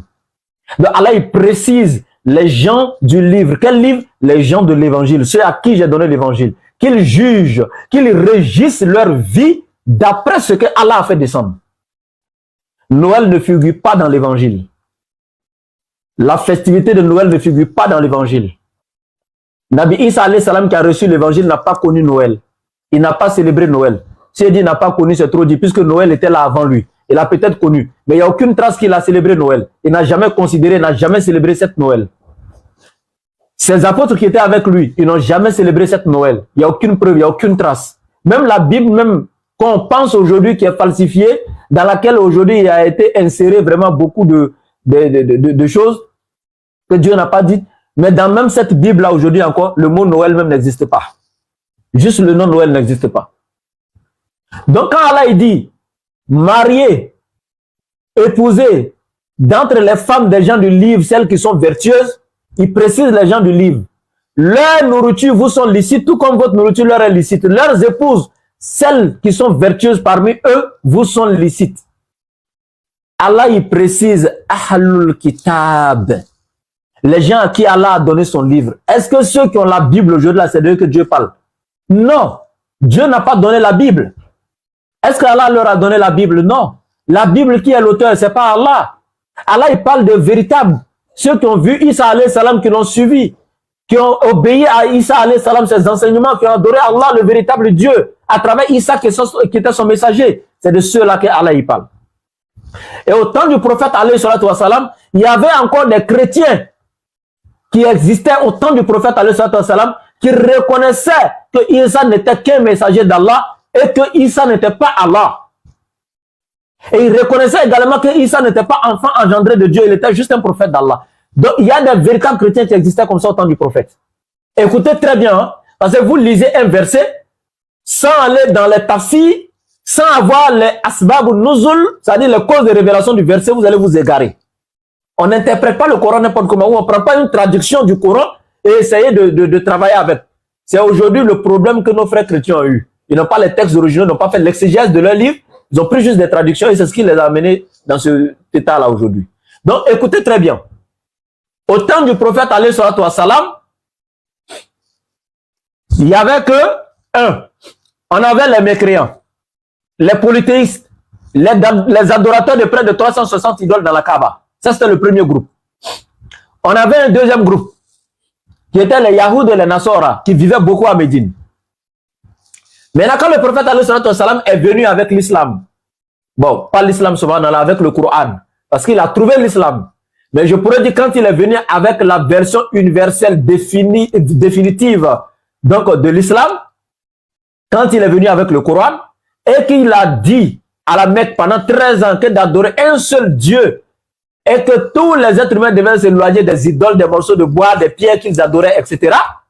C'est conformé à l'adoration d'un seul Dieu qui est Allah, sans l'associer à qui ou à quoi que ce soit dans l'adoration. Automatiquement, il y a eu des jeunes qui ont cru en lui et qui l'ont suivi, qui sont quittés dans le polythéisme et qui se sont convertis à l'islam et qui l'ont suivi. Écoutez très bien. Maintenant, qu'est-ce qui va se passer?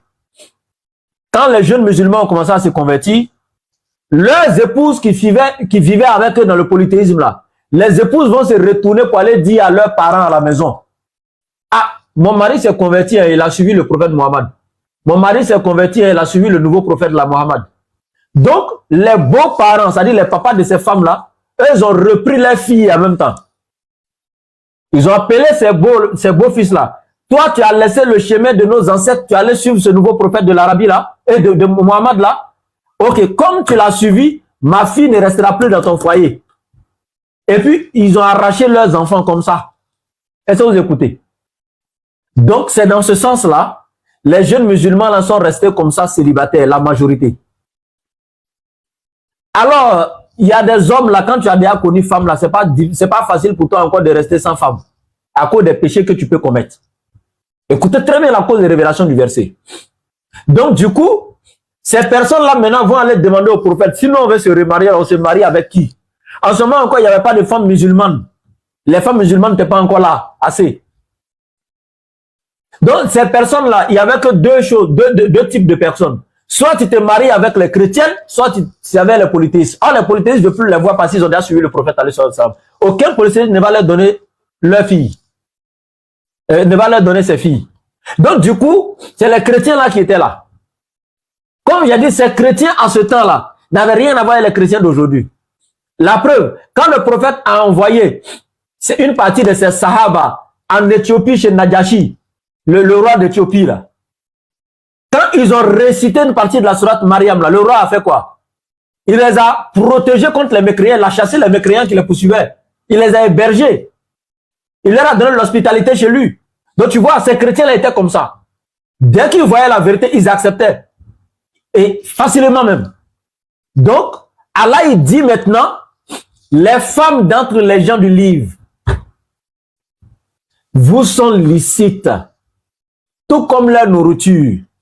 Donc voici ceux-là à qui Allah avait donné le livre là. C'est de ceux-là que Allah parlait. En ce moment, le prophète venait d'arriver. Mais attends, toi tu viens d'arriver.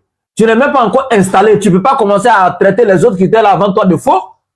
Donc c'était permis que les musulmans vivent en tranquillité avec ces gens du livre là en ce moment.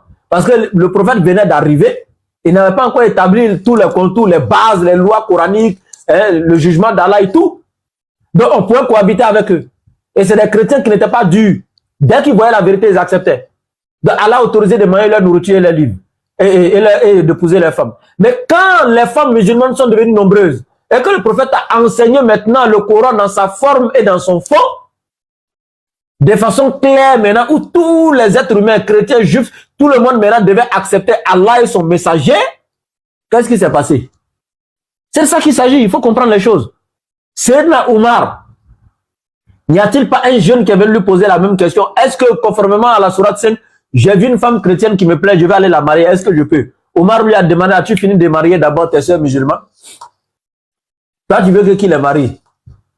Donc cela prouve qu'au temps où Allah a révélé ce verset, il n'y avait pas encore assez de femmes musulmanes.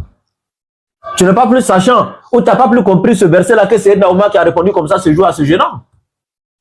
Donc pour terminer en un mot, la nourriture de ces chrétiens-là que nous pouvions manger, ce n'est pas la nourriture des chrétiens aujourd'hui qui célèbrent la Noël. La nourriture de Noël est formellement et catégoriquement interdite à un musulman. Pourquoi?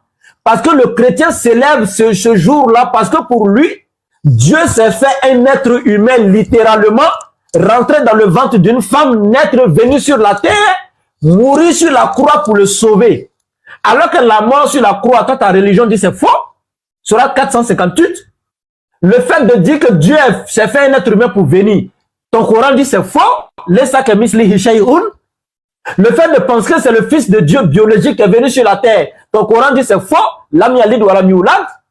Mais quand le chrétien célèbre ce jour parce que Dieu est venu, ou bien le Fils de Dieu est venu mourir pour lui donner le salut, et que toi tu manges cette nourriture, tu as participé ou pas? C'est qu'à partir de cet instant, accepte aussi de manger le mouton ou le cabri que le féticheur égorge sur son fétiche là. Tu acceptes de manger ça aussi. C'est le même shirk. Donc, voici un peu, le musulman ne peut pas manger la nourriture de Noël, mais en dehors de ça, les autres nourritures que le chrétien vient te donner, les autres, tu peux manger. Si ce n'est pas des animaux égorgés par lui, je pèse mes mots. Si c'est du poisson, de l'igname, du riz, il a préparé des trucs comme ça, il vient te donner, tu manges bien. Parce que quand Allah dit les polythéistes ne sont qu'impuretés, Allah il ne parle pas de l'impureté physique. Souvent même le chrétien, même le féticheur est plus propre physiquement que toi. Il sent bon que toi souvent. Allah il parle ici de l'impureté spirituelle, l'impureté de son âme, de la voie qu'il suit. En dehors de ça, tu peux manger la nourriture. Il y a beaucoup de femmes chrétiennes qui vendent bon garba, on achète, on mange tranquille. Il n'y a pas de problème. Donc, c'est la nourriture de Noël, là, on ne mange pas. Salam alaikum. Wa alaykoum salam wa rahmatullahi wa barakatuh. Il nous reste 10 minutes pour mettre fin à la première partie de cette émission qui était basée, n'est-ce pas, sur la Noël. La Noël d'Inatali Soli Invicti. C'est-à-dire, est-ce que la Noël est une fête musulmane? Sinon, même si ce n'est pas une fête musulmane, ou encore, est-ce qu'un musulman peut célébrer la Noël? Pourquoi? Quelqu'un me dit Noël. Pourquoi doit-on célébrer la Noël? Pourquoi doit-on nous éloigner de la Noël? Est-ce que quelqu'un te donne de la nourriture? Parce qu'il y a quelqu'un qui me pose la question ici. Bon, la question est déjà répondue, hein, mais comme il a WhatsApp, je vais passer sa note vocale rapidement. Il nous reste 10 minutes. Voilà, est-ce que ni Christian ici là, voilà, tes voisins dans la même cour. Dans la même cour commune. Voilà, nous la fête Noël, c'est la fête Noël. Est-ce que tu peux manger? Mais pendant notre fête là, on les donne manger. Noël fête c'est là, on reste catholique est-ce qu'on peut manger la nourriture? Voilà, donc je pense que je pense que sa réponse a déjà été donnée dans le développement de notre invité, Inch'Allah. Comme je l'ai dit, la deuxième partie de l'émission, on va le faire au fur et à mesure, Inch'Allah. C'est pourquoi on vous demande de vous abonner, hein. Si vous n'êtes pas abonné, si on n'a pas donné la date de l'émission va tomber brusque comme ça, tu n'es pas abonné. Alors que quand tu es abonné, dès que on commence l'émission, la notification vient en même temps. Donc abonnez-vous à la page du laboratoire de la DDR. Vous tapez le laboratoire de la DDR sur TikTok. Voilà, parce que TikTok n'aime pas quand on est chez eux, là, on a fait promotion de quelqu'un de dire, ah, il a compris maintenant. Quand ils parlent voilà, c'est normal, hein, ils ont raison. Donc, abonnez-vous au laboratoire TikTok, où ça dit TikTok, DDR, etc., etc.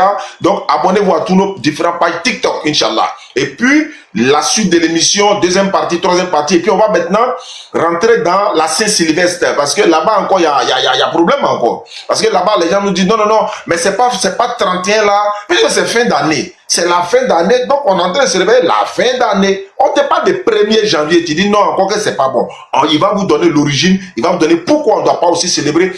On n'a pas dit on ne doit pas célébrer la fin d'année. Mais quelle année? C'est ça, quelle année? Muharram, janvier, Saint-Sylvestre, etc. Donc, on va y arriver, Inch'Allah, dans les prochains jours, Inch'Allah. Donc, je vais retourner au standard rapidement pour voir s'il y a des questions. Et puis, voilà. Ici, merci. Ok, ça, c'est pas une question. Voilà. Il y a une question qui m'est venue tout à l'heure. Il pose la question, peut-être que ça va être l'une des dernières questions. Il pose la question parce qu'on a déjà répondu pour les cadeaux. Maintenant, pendant la Noël, supposons que je suis musulman. Je ne sors pas, hein. Je ne vais pas dans maquis, je ne vais pas dans boîte de nuit, hein. Je ne vais nulle part. Je m'assois devant ma porte. On est au grain, hein. Je suis assis devant ma porte, je fais thé. Je paye mouton. Nous, les jeunes du quartier, là, on s'associe, on paye mouton. On a payé nos moutons, c'est halal, hein. C'est pas porc, c'est halal, c'est mouton. On paye nos moutons, on dépose. On appelle là où ça, il vient de couper, il brûle propre. 25 ans, on est assis devant la porte, on ne va pas quelque part. On boit thé, on écoute les conférences, voilà, un peu les trucs. Yuka matin, voilà, on est assis là, hein. Elle, ça aussi, c'est, voilà, elle, ça aussi là. On peut pas, ça aussi, c'est haram. Parce que, oui, c'est clair, parce que, pourquoi, attends, le problème c'est que, pourquoi vous n'avez pas moyen ça? Attends, le Fofana, le jeune Koya là, c'est lui qui m'a demandé. Donc, c'est que Fofana, avec, voilà, c'est là. Parce que, pourquoi vous attendez le 25 pour manger votre mouton? Il y avait le 20, vous n'avez pas maillé. Il y avait le 21, vous n'avez pas maillé. Pourquoi c'est le 25 vous attendez? Donc, c'est pas possible, en fait. Voilà, on n'est pas allé au maquis. On est devant la cour. Le vieux est là, la vieille est là. Les gens passaient, ça va boire de nuit tout. Et il y a un qui dit, lui, il va au glacier. Voilà. Tu m'entends pas? Tu m'entends ou pas? Oui. Est-ce que vous m'entendez? Tu m'entends? Oui, mais pourtant, il a ouvert le micro. Ah, c'est toi, il n'entend pas. C'est bon maintenant? Est-ce qu'on m'entend?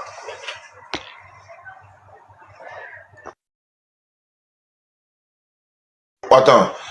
Est-ce que vous m'entendez? C'est bon? D'accord. Ok, alhamdulillah. Donc, voilà, il dit 31 et à 24 là, il ne va pas dans maquis, hein. Écoute bien, hein. Il prend sa femme, il prend ses enfants, il prend ses deux femmes, il va dans comment on appelle ça, au glacier. Voilà. Moi-même là, j'ai pris ma femme, mais c'était Tabaski, hein. Voilà, il faut que je précise. Moi là, c'était Tabaski avec fête de Ramadan. J'ai pris mes enfants, on allait à Cosmos, on allait de l'autre côté, on est assis, on a mangé. Voilà, on prépare pas croissant à la maison. Donc, on est sorti pour aller avec les enfants. Mais c'était Tabaski. Voilà, maintenant, le frère ça lui dit 25 là. Voilà, il va pas dans Maki. Il va pas dans boîte de nuit. Lui, il prend ses 2 épouses. Il s'en va dans Glacier. Voilà, et puis il s'en va en Cosmos aussi. Voilà, qu'est-ce qu'on peut dire? Il répète, hein. Voilà, le 25, hein, le 25. Il n'est pas allé dans Maki, hein, il n'est pas allé dans Glacier. Avec sa femme, avec ses enfants, voilà, ils sont au Glacier. Ils sont rentrés la nuit, ils sont sapés dans les bassins. Par contre, on arrive à Cosmos, là, c'est gâté, des petits du là-bas, c'est gâté. Donc là, mais lui, il allait avec ses enfants. Voilà, qu'est-ce que tu en penses? Le 25, il est sorti avec ses enfants, avec ses 2 femmes. Il allait au Glacier, ils ont payé Glacier, ils sont sapés, ils sont allés visiter le coin, ils sont venus à la maison. Voilà, ils sont pas allés dans Maki, ils sont pas allés dans Maki. Voilà. Oui, ça aussi c'est une belle question. Mais le problème c'est que c'est dans le même cadre que des jeunes qui ont payé les cabris. Ils sont devant leurs portes et puis ils disent que c'est pas pour fêter de Noël, mais ils vont tuer ça le 25 et puis ils ont entendu le 25 hein, pour manger.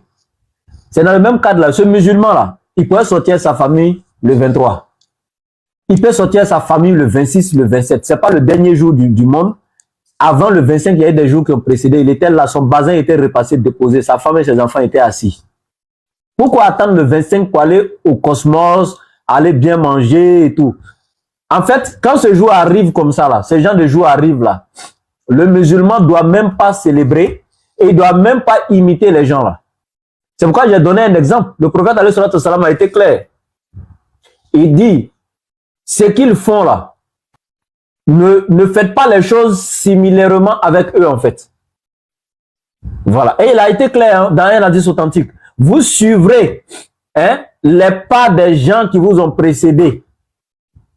Vous les suivrez dans l'égarement, pas à pas. De sorte que même s'ils rentrent dans le trou d'un lézard, vous allez les suivre. Et les sabbats ont demandé au prophète, qui sont ces gens-là? Les Yahoud et les Nasara, les chrétiens et les juifs. Le prophète répond, qui d'autre? En dehors de qui d'autre? Donc c'est une prophétie. Le prophète avait venu à prophétiser en fait. Et aujourd'hui, les musulmans trouvent tous les moyens pour trouver une petite solution, une brèche. Non, bon, c'est un jour où c'est vrai que on va pas aller fêter eux, mais on va quand même se rassembler nous-mêmes, on va tuer un bouton, on va faire ceci, ou bien on va aller s'asseoir dans un restaurant, on va bien manger, on va pas aller au maquis, ça n'a rien à voir. Ce jour-là, il faut le laisser. Faut pas manger ce jour, faut pas aller au restaurant. Le lendemain, là, il faut partir. Tout ce qui concerne ce jour-là, tu dois t'éloigner de ça. Merci. D'accord. Domago, il dit que ça dépend de l'intention. Quelle intention? Ça dépend de l'intention. 25 décembre, là, il y a quelle intention dedans? Ça dépend de l'intention. 25 décembre, là, les autres jours, là, tu penses qu'il y a pas là, tu sais de quoi tu parles, mais 25 décembre, il y a des gens que ça tombe sur le jour de leur travail, etc., etc. Il y a un qui dit pourquoi ne légitimer le péché, ça veut dire quoi? Je comprends pas. Restons dans le contexte, s'il vous plaît. On est en train de faire l'émission. Et puis d'ailleurs, le but aussi de l'émission, est-ce que quelqu'un peut rentrer chez quelqu'un pour l'empêcher de faire ce qu'il veut? Nous, on ne fait que vous avertir, n'est-ce pas, du danger, des conséquences et tout ça. Lorsqu'on va parler de l'émission, Inch'Allah, comment on appelle ça, du 31 décembre, vous allez voir le dégât qui se passe les jours du 31, la nuit là. Il y a beaucoup de choses qui se passent, mais je ne vais pas anticiper, Inch'Allah. Mais il n'y a pas de problème. Il n'y a pas à faire d'intention jour 24. Donc si c'est intention là, on peut boire un peu de trucs haram pour dire c'est l'intention qui compte. Bismillah. S'il te plaît, j'aimerais que tu lises un verset rapidement pour nous. C'est pour que les gens comprennent quelque chose et puis sachent que nous les musulmans, on n'est pas contre les chrétiens. C'est une émission. C'est notre religion qui nous impose. C'est notre dogme. Ce sont nos principes. Ce sont nos valeurs religieuses. Et nous exposons ça sans langue de bois. Mais en même temps, nous respectons les chrétiens dans leur fête. C'est pourquoi du début jusqu'à la fin, on n'a pas dit à un chrétien ici, si tu fais ça là, tu vas aller... Non, on ne s'est pas basé sur eux. Mais on a juste dit à l'entame de nos propos que ce n'est même pas une fête chrétienne. Donc aux chrétiens d'aller faire maintenant des recherches pour savoir si ce qu'on a dit c'est vrai.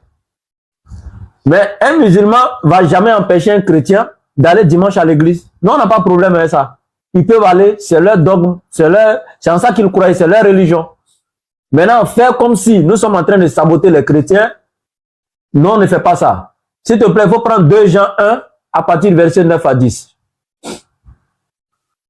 2 Jean 1, 9 à 10. Voilà, pour dire que chaque personne est libre aussi. 2 Jean 1, verset 9. Quiconque va plus loin et ne demeure pas dans la doctrine de Christ n'a point de Dieu. Celui qui demeure dans cette doctrine a le Père et le Fils.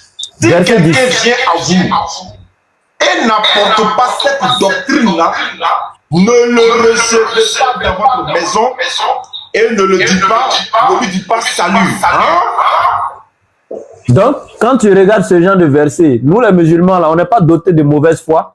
On pourrait venir dans la Bible prendre ce genre de verset. La Bible dit, celui qui ne confesse pas Christ comme Dieu et qui n'accepte pas le Père et le Fils, celui qui n'a pas cette doctrine, s'il vient chez vous, ne le recevez pas et ne le saluez pas. C'est-à-dire que moi, musulman, là, chrétien ne doit pas me recevoir chez lui, il ne doit même pas me saluer. Si le salut, il ne doit pas répondre. C'est écrit noir sur blanc dans la Bible. C'est ma première fois de donner ce genre de verset, mais je ne vais plus recommencer. C'est une manière de dire à ces gens-là qui ont une mauvaise intention que nous, là, on pourrait faire comme eux. Mais nous, on n'est pas dans cet esprit-là. On n'est pas là pour dénigrer quelqu'un. Merci beaucoup. Merci.